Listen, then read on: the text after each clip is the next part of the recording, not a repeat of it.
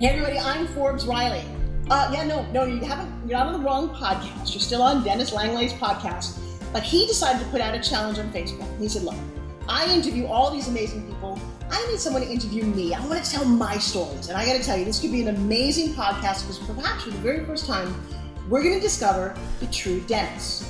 So if you've ever seen me on television, you've seen me, whether it's the Jacqueline Juice So Late at Night, I've done 144 infomercials. I grossed in my career about $2.5 billion. I know, kind of crazy. Oh, yeah. I have my own television studio here. I live between Florida and California. In fact, a fun talk show you can see is Forbes Living TV if you want to put a name with a face. And I have a very, very exciting story. And you know what I'm going to do? I'm going to have Dennis invite me back. In a couple of weeks from now, I will share some insight into how I inspire people. But right now, the man, the one and only, I want to hear from him. So I'm going to pull my power cord because you know what? In today's day and age, you can never have enough power. If I have a green light, we're good to go. And bingo. So, Mr. Dennis. Yes. Are you excited about this? Yes, I'm very excited now. It's been a whole production already. We're off and rolling. So you have your own podcast. Tell me what you talk about on your podcast normally. All right. So I love doing podcasting. And the podcast I have is called the 5 Minute Bark Podcast. And actually, you know what? It actually started out as a different podcast. I had two. A lot of people don't know this, and it's actually not, I don't think it's on iTunes anymore, but I actually started out my podcast with called Made in America. And it was a story of going from starting from scratch to growing a business. And I started recruiting different coaches to coach me along the way and through this journey. So I went about 4 or 5 months with that podcast, and it kind of got redundant after week of interviews.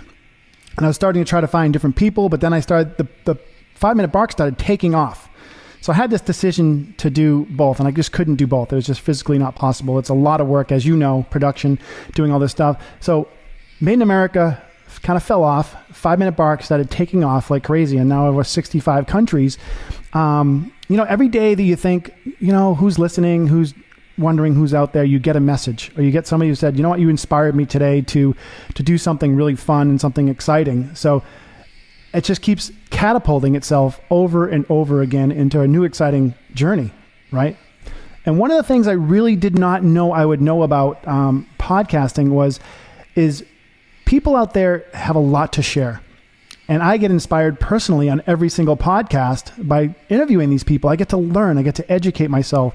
I get to practice listening to people and keying in on what's special in them and bringing out their inspiration. So it's really exciting.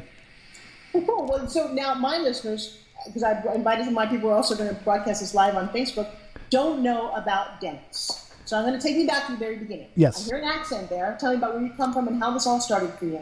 Yes, originally from Boston, Massachusetts, and I moved out to California, and we just kind of shared this earlier. I was in extreme sports. I was one of the top athletes in the world, traveling around doing big shows. Before the X Games got popular, I was one of the pioneers, so to speak. So when that kind of took off, I was actually dealing with the athletes after that. I was giving them shows that they would do. So I'd produce these shows across the country and around the world, thousands of shows, literally. Ooh, so let's stay back a little bit. Yeah. Because it's, becoming an extreme athlete, I got a chance to host the X Games for the first 3 years. And I'm not an athlete. I did that because I used to host a stand-up comedy game show at ski resorts. Yep. And ESPN found me, and the next thing you know, I'm hosting this. And so I talked to a lot of extreme guys. What is the drive that gets you to do that sport? For me, and I'm sure it is for everybody else, it's just, you have an idea of what you're going to do on a bike, and like just making something possible, like taking a bike and flipping up in the air and landing on your hands, not on your hands, landing on your tires again, is just so amazing to actually be able to jump up in the air, land the bike again on flat ground again, or to kick the back end around and catch it again and catch it again and catch it again, or to just roll on one front tire. Even to this day, every single trick inspires me, and it's a big wow for me. So if you haven't done the sport, they're just doing another trick. But if you're actually learning these tricks, it was such an amazing thing to learn all these different tricks.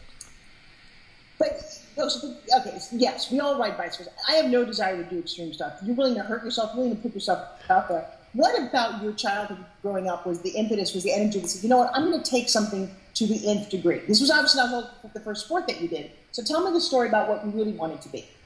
what I really wanted to be was a baseball player. Was truly passionate as a young child, 4 years old. I remember being at my grandmother's house, watching TV. That's really when TV was out there. And I saw on TV different baseball players. I think it was the Boston Red Sox. And I was like, wow, I'd love to do that. So I started learning how to do baseball. And with that, it was really, really amazing because I learned how to practice. I learned how to be focused on doing that. So when I went into bike riding, it was pretty simple. I knew what to do. I already knew that I had to practice daily. I had to be focused and 100% attention to it. So it started with baseball and then moved on to bike riding. So a lot of people have problems with focus. What would you give me a couple of tips, maybe 3 top tips that allow you to get that focus to do something extreme? Number one, I think you got to count on the fact that everything is going to be distracting you. Your friends are going to be calling you, especially as you get more popular and you get more successful. People around you are going to be constantly coming to you. For example, I'm going to just go my example. When I was a young kid, we were the only ones at a pool in the neighborhood. Hot summer, Boston, Massachusetts, sweaty. Everybody wanted to go in the pool, but I wanted to practice on my bike. And it was like a game that they would try to do. They would try to literally, hey, can we go in the pool now? Can we go? But they couldn't go in the pool because I had to be there with them. So I realized from that point when I was young, even to when I'm older, hey, let's go out and socialize. Hey, let's go to the bars. Hey, let's go on a trip. Hey, let's get some lunch. You're constantly have to be, it's really a focus on avoiding the distractions that really gets you to where you're going. Because again, more and more as you get successful, I'm sure you can relate to this, is that you get more and more distractions. And it's really the art of moving the distraction out of the way and staying focused at what you're really trying to do that really helps you. Because if you're focused on something, you can be great at anything. But if you're taking in the distractions, it lessens that. What's one of your favorite stories regarding a bike? Favorite stories regarding a bike? Well, by doing bike tricks? Yeah. God, I remember one night, this comes right into my top of my head. We were practicing. It was probably 9, 10 o'clock at night. We're in high school. A bunch of friends of mine were out there, and we were just practicing on this little small ramp, just doing these kick turns. And we were just so in state. We were just so excited about doing these stunts on this little ramp, and we're just getting creative and fun. And I'll just remember it was under a floodlight, and I can never forget my friend, who's now passed, unfortunately. He had his shirt off, and we were steaming under this light. It's like you see this floodlight, you see these guys, we're on our bikes, and the steam coming off our bodies, and we're doing these tricks. And I'm like, this is real.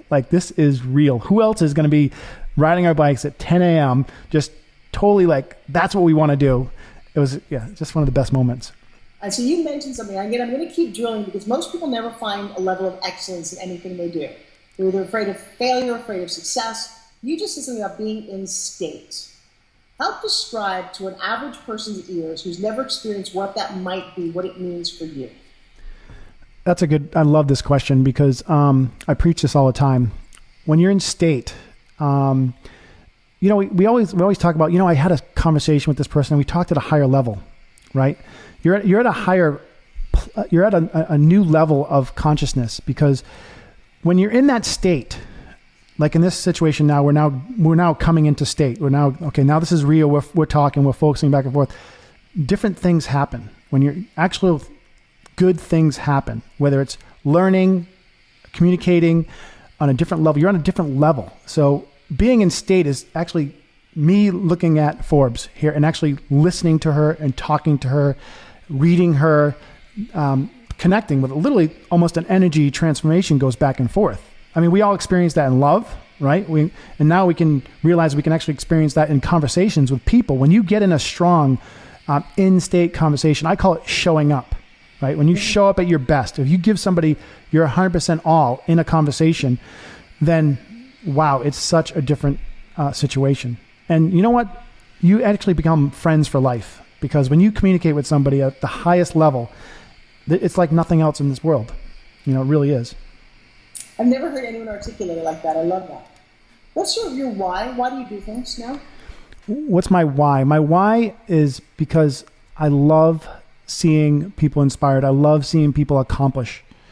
My whole life has been a team game.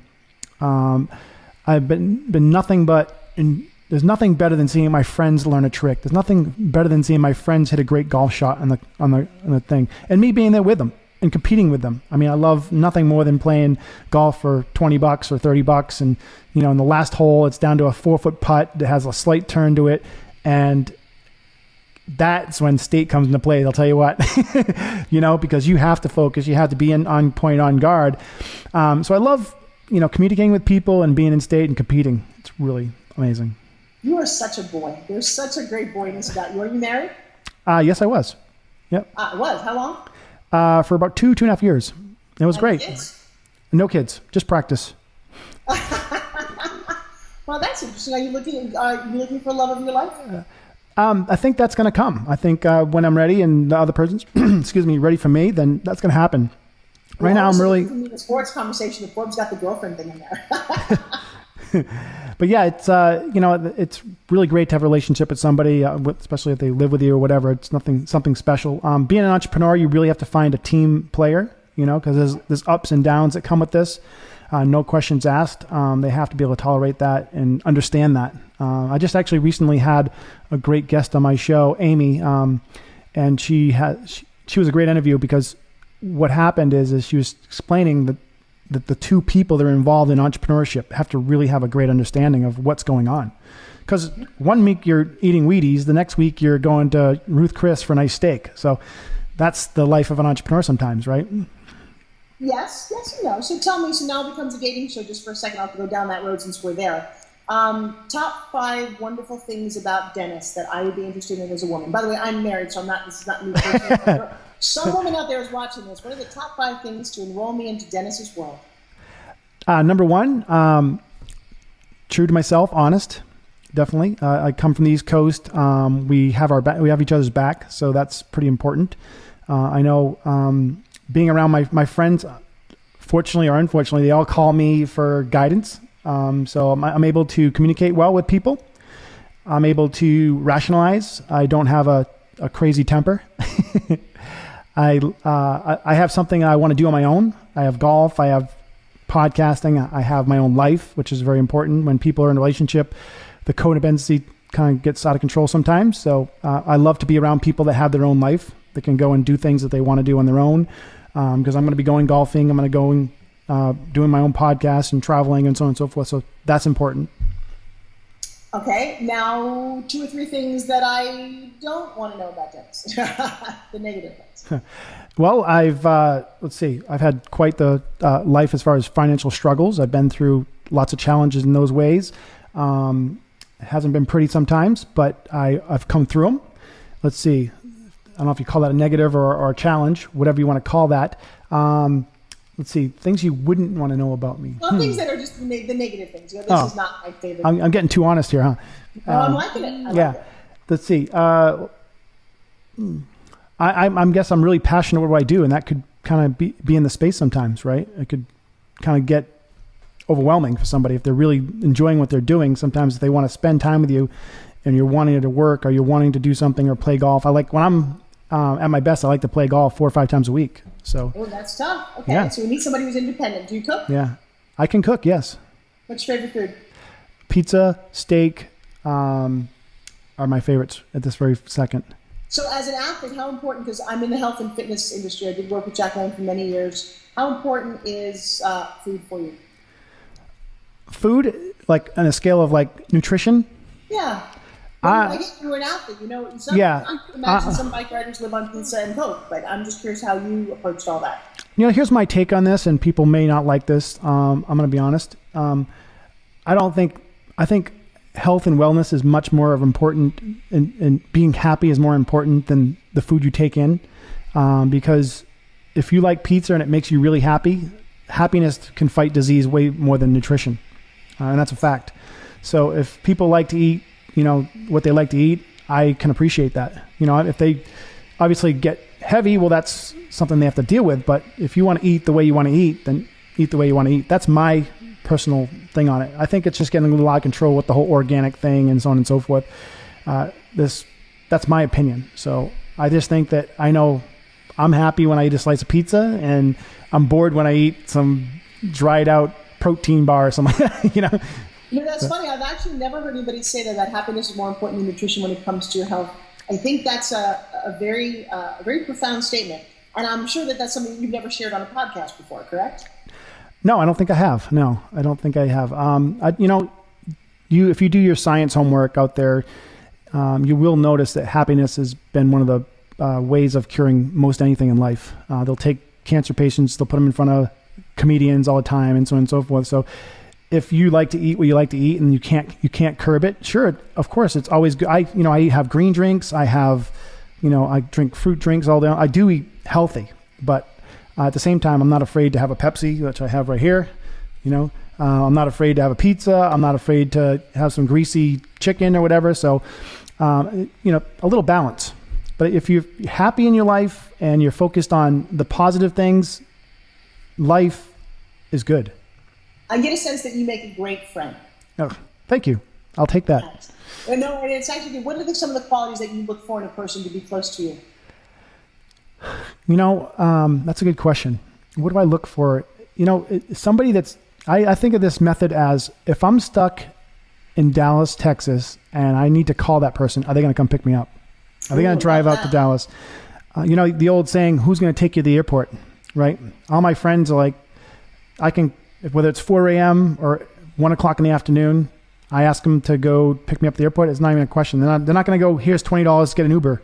They're not going to say, hey, I don't have time. They're going to do it. Whether they have to take time off work.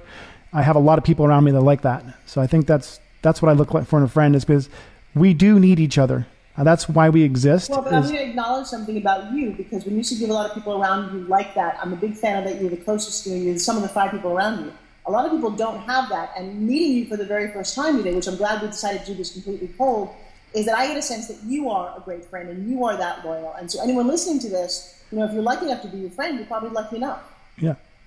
Well, it goes both ways, because I've learned that from other people too. The people around me are amazing. I really, it's scary how amazing the people are around me. I have so many people reach out. If I post something, hey, I was defeated today, I get 50 texts, 25 messages, people coming over my house and saying, hey, we got to go to get some pizza. We got to talk. What's going on? And I never really had too much crisis in my life. So I'm thankful for that. But, it's just good to have these people around you. It really, I had a good friend who catered to a lot of billionaires, many of them. And I'm not going to mention names, but he would constantly say that they're just not happy. And somehow we try to find in life where we're trying to buy people around us. If these billionaires had people they could trust and talk to, they could share their secrets with, they're not going to end up on Esquire or something like that. They would, that would be very valuable to them, right? Mm. Whereas, a lot of people do have that on different levels. So I think if you have billions, you're trying to buy that. Maybe not even trying to buy, you're just trying to have that. If you don't, then you're searching for it as well. So I think really the existence of us, right, is connection. Woo, who knew we were going to go there today? All right, so left turn. Talk to me about Cody Dog. Cody Dog. All right, this is great. So Cody Dog is, when you're buying a domain to run a business, you have to have something catchy, something fun. And being in marketing myself, dogs, people love dogs. If I post a picture of my dog on Facebook, I'll get 100 likes. I post a picture of me, I'll get 2 likes. Well, take your shirt off. That works for me.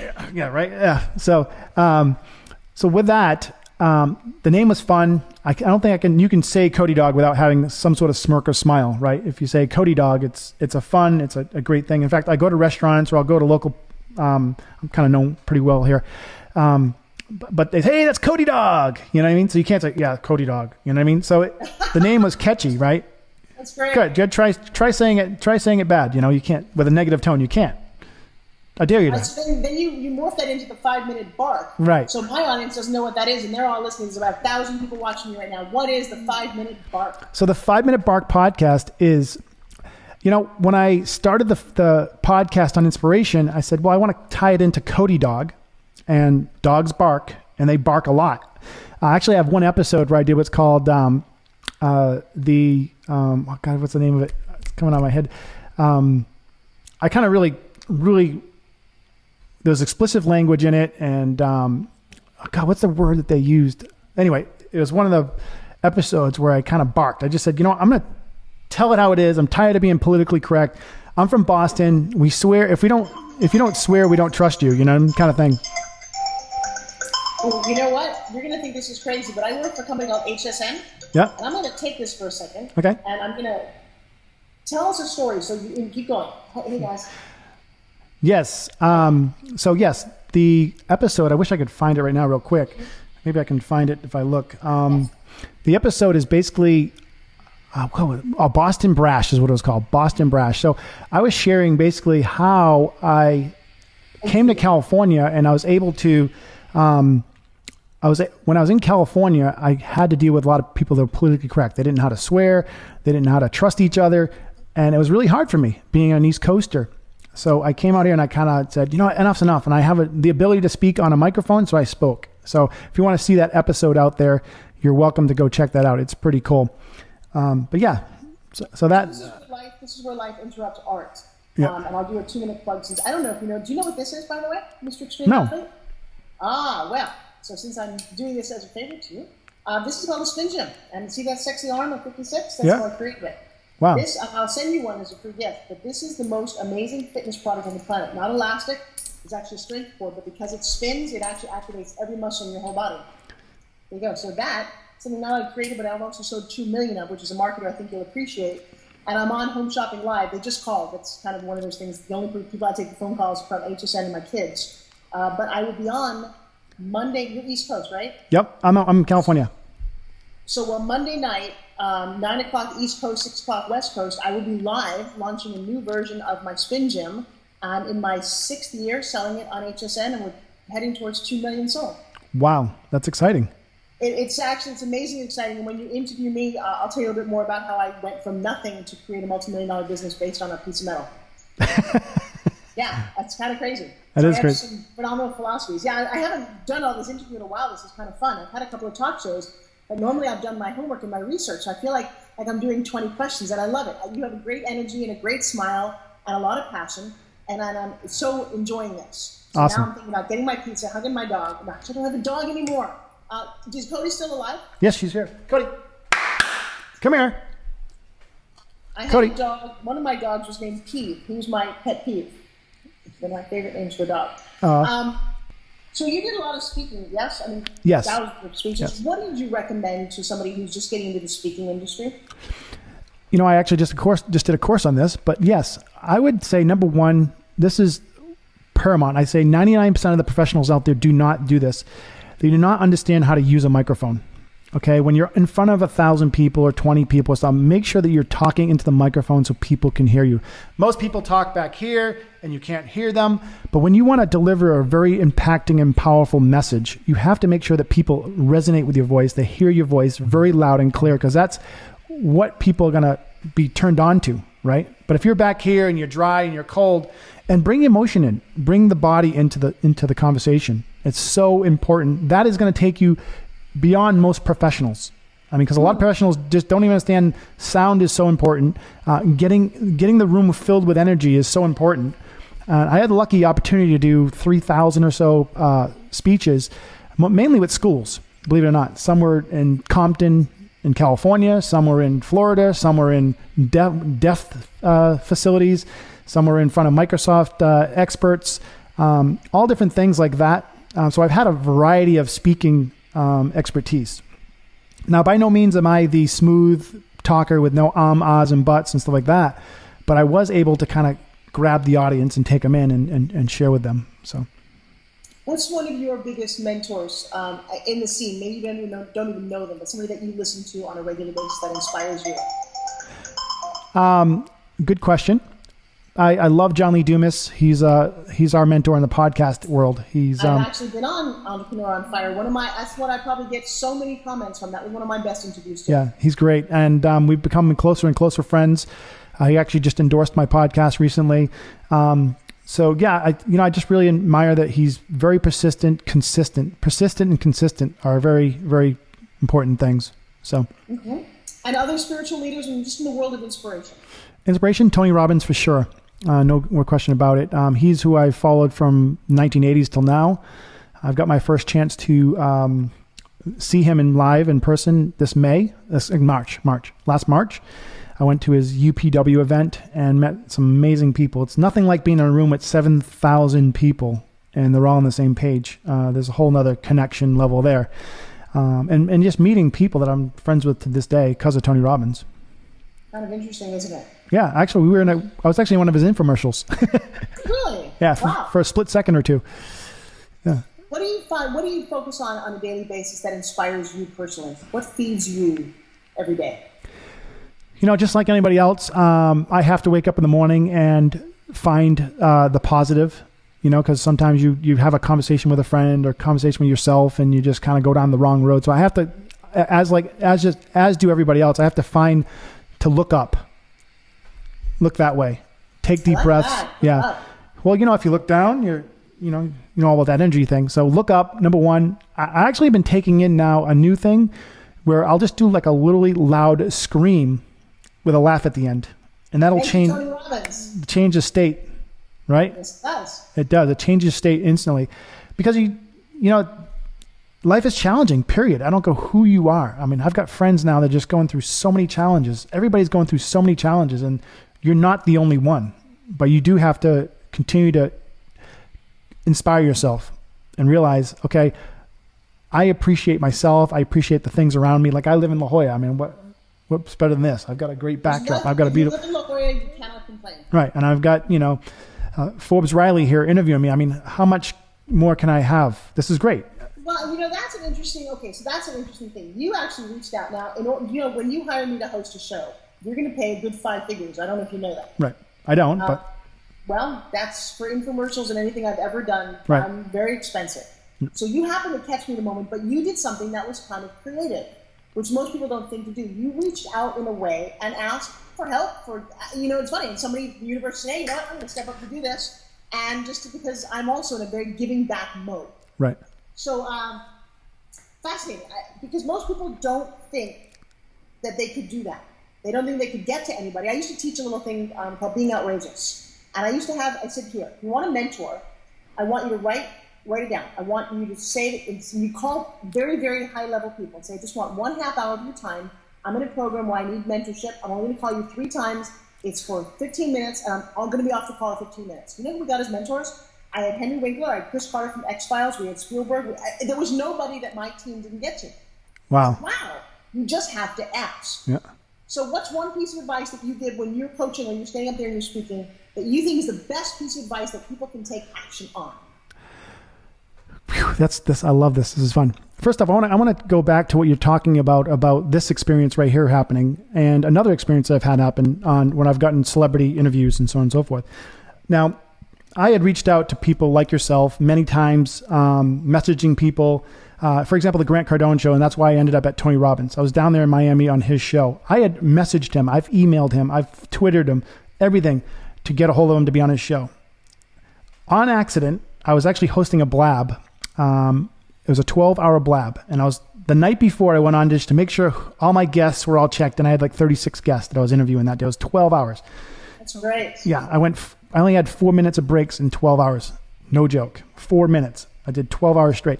So I was just kind of making sure everything was in line, and who but comes on my screen is Grant Cardone. All right. Now, in meeting him, I didn't know anything about him or who he was. I saw his wife on another blab. So I looked him up. Oh, wow, he's cool. He's, East Coast. He's got that, fight in him. I want to be on a show. So I get on there. I actually have the recording of it. I can send it to you if you want to see it. It's really funny. And he goes, dude, you are so professional because of the backdrop. He goes, man, and he's like looking at me like this, like, wow, this is amazing. He goes, dude, do you want to come on my show? And I said, I go, Grant, I've been reaching out to you for months to get on your show. Absolutely. So he ended up asking me and vice versa. So in the same situation with here, I just put this out there on Facebook and you responded and many other people responded. And we're not even friends. I have no idea except that that's right. Yeah. Versus everything. Right. I have in my studio, I own a 5,000 square foot studio that I built from scratch. Right. And we do television shows here and movies and all kinds of stuff. But the entire business plan I have for my studio is dream it, believe it, achieve it. Yeah. And I'm a huge fan of the law of attraction because that's how I've lived my entire life. Yeah. So what you did to attract Grant to ask you was to ask for it over and over again. It's not surprising to me that you simply got it. You had a very clear intention. You did it, you focused, all of a sudden, bam, you got it. People don't actually understand until they experience it, that this concept works. This idea of dreaming bigger than you imagine, fueling the fire, speaking about it, then taking action steps, and then it all happens. Right. And I'm living an amazingly blessed life because I dreamed it. Yeah. Well, there's one little key ingredient that's in there that I think people, and I've learned this dramatically in 2015 and 2016. And so if you're listening out there, this is really one nugget you should really take is your eyes and your ears have to be completely open, because the opportunity will come if you want it, but you have to be watching for it. In the example of you messaging on that thing, I went and did the research on every single person that commented on there. I went and did research on who they were and what they're going to do, and are they legitimate, right?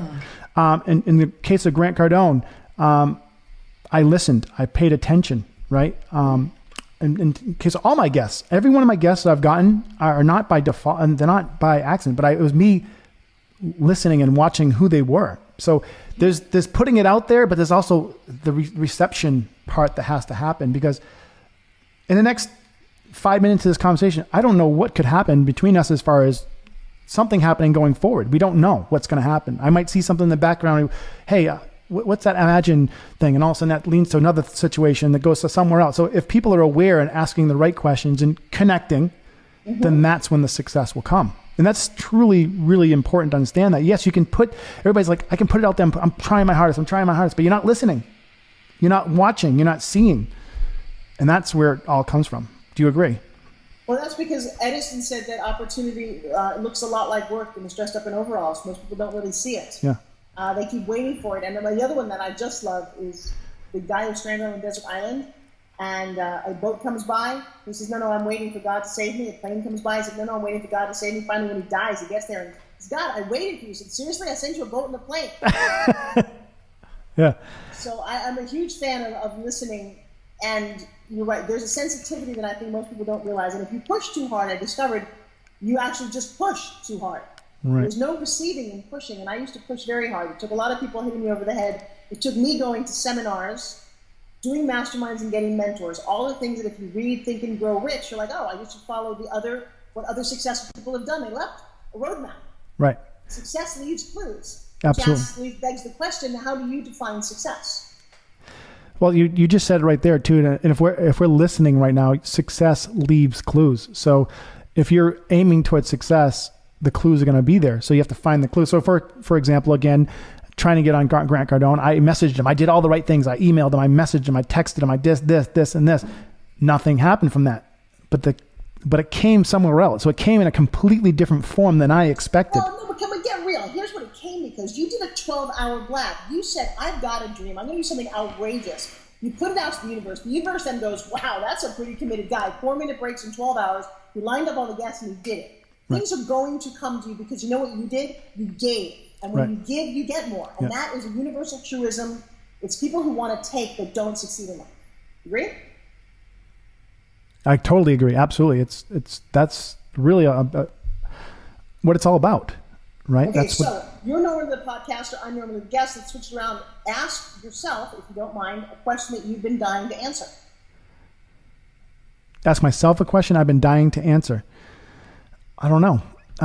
That's a twist. I'm so instating this other conversation here. Ask a question I've been dying to answer. Let me think. A question that I've been dying to answer. I don't have one. I don't really have one that I'm thinking of right now. There's nothing that what do you want to, there's something in you. What's next for me? What's next for you? Okay, what's next for me? Yeah. What's next for me? What's next for me? Okay, well, you get to answer. I get to answer. What's next for me is this podcast is going to be taken to a new level. I'm going to get more guests and more excitement and more attention. And it's going to be more of what I want it to be as far as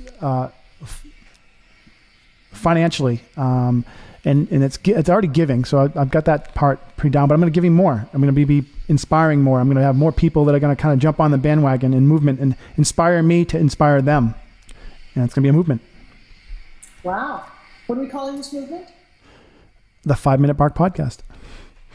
I love it. I love it. Yeah. Do we actually bark at all during this? No. Cody does occasionally. You're gonna have to work on your own bark here. Yeah. Actually, my favorite bark is the one with chocolate and almonds in it. But I have a different kind of bark. All right, so I actually have to jump off. I've got a 5 o'clock meeting to get to, and a girlfriend of mine is graduating, which is so exciting. Well, congratulations. And a couple minutes. Well, actually, my girlfriend, if you get a chance, we should interview her. Her name is Christine. She's got muscular dystrophy. Okay. She has cerebral palsy. Sorry. She's got one of them. Oh my God, I can't. It doesn't matter. She's got something that doesn't allow her to get out of a wheelchair. And she's valedictorian in her class. I met her in a park when she was 13. She spin gym for me. And if you actually Google spin gym and Christine, you'll see this beautiful story of this young girl who, for me, smiles all the time. She has very little reason to smile some days, and yet she does. And for me personally, she taught me the meaning of success, because I was all very Hollywood and very much, how much is more and whatever the things you think about. And one day she said to me, Forbes, you're the most successful person I know. And I'm like, is it because I'm on television? And she's like, no, it's because you can wear a pair of high heels and a tight skirt and walk across the room. I never will get to do that. Wow. And there's some days when I am in a room of successful people and I feel less than, because I'm a bit of an introvert, that I put on a pair of high heels and a skirt and go, I must be successful. And so tonight's her graduation, and I'm thrilled that she was valedictorian, and that whatever support that I've given her and love is just manifested to this amazing young woman. So that's my little homage to Christine. I am interviewing Sean Stevenson next week. Do you know who Sean Stevenson is? I do not. Okay, well, look him up. He's in a wheelchair for life.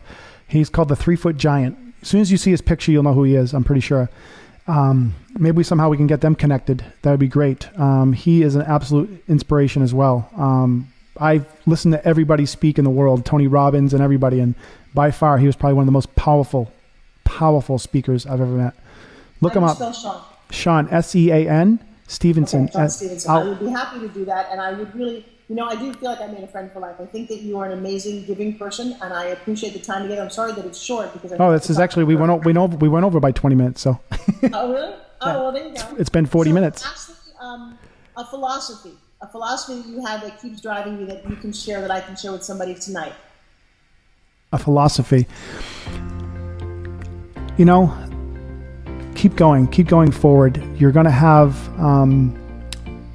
people around you that are going to take you in different directions. I know as a professional athlete, I hung around the people that were professional athletes, and it really worked. That's why I became one of the best in the world. I went on to have companies, and I hung around people that were very, very successful, but they were not successful in my niche or my life. And it worked, but it didn't work with greatness. I've brought myself now back to around people like yourselves and people in my industry, and greatness is coming. So understand that you do have a, what is it called? A tribe. I guess that's a new word that people say is tribe. You have a tribe, and you should be amongst your tribe and learn to work with that tribe, and you'll see dramatic changes in your life. And I'm glad I learned that lesson. Well, I'm glad that I have a chance to be inspired by you, and that's why I chose to do today, because I get to give sometimes and I get more, and I feel like having met you, I never would have met you before. This is powerful. You are a very inspiring, very motivating soul. Thank you. It doesn't matter what you say word-wise. I get the energy and the passion, and I look forward to the conversation continuing. Awesome. Thank you. I feel the same way as you. This is great. Hopefully next time we'll have one with more no phones going off and this and that. We'll go even deeper. It'll be even more exciting. Oh, and I apologize about that. That's okay. I put this thing in my head, because I do hypnosis, that every time I hear the phone ring, I just get happier. I feel it in my soul, and it's unfortunate. It's hard to turn off when you've got two 13-year-olds. You never quite know the phone calls they can get on a regular basis. Mm-hmm. So I'm open to that, and it's the rules that you make. So for me, if the phone rings, it means that somebody's looking for me, and kind of like God gave when right. Was it in Clarence when well, I'm going to call you right now. Let me call. All right, so you are awesome. Let's do this again, and have a wonderful, wonderful weekend. I look forward to talking to you again soon. Thank you. Enjoy your weekend and enjoy the time with your friend, and give her a hug for me. So I will. We'll talk soon. You're watching the 5 Minute Bark Podcast on YouTube. If you like this episode, you just may like many more. Subscribe today by clicking the red subscribe button in the top right-hand corner.